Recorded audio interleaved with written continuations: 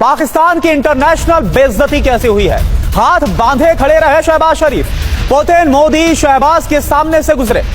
PM Modi ने शहबाज की तरफ देखा तक नहीं। समिट में मोदी ने शहबाज को नजरअंदाज किया। ये देखिए आपको व्लादिमीर पुतिन और प्रधानमंत्री मोदी नजर आ रहे हैं और दोनों बातचीत कर रहे हैं और दोनों की इस केमिस्ट्री को दूर खड़े होकर ताकते हुए नजर आ रहे हैं शहबाज शरीफ, पाकिस्तान के प्रधानमंत्री।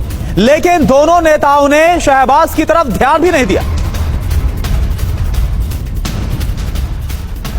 और पाकिस्तान के पीएम शहबाज शरीफ की एक और तस्वीर की बात करें जो बताती है कि दुनिया में पाकिस्तान की हैसियत क्या है। जब एससीओ समिट में फोटो सेशन के बाद पुतिन और जिनपिंग साथ चलने लगे, तब शहबाज शरीफ पुतिन से हाथ मिलाने के लिए आगे बढ़ते हैं, लेकिन पुतिन और जिनपिंग वहां रुकते नहीं हैं। और इस दौरान शहबाज के चेहरे के हाव भाव भी आप देखिए, उनकी बॉडी लैंग्वेज देखिए, बहुत कुछ ये हाव भाव, ये बॉडी लैंग्वेज बयां करती है। एक बार फिर से उस तस्वीर को देखिए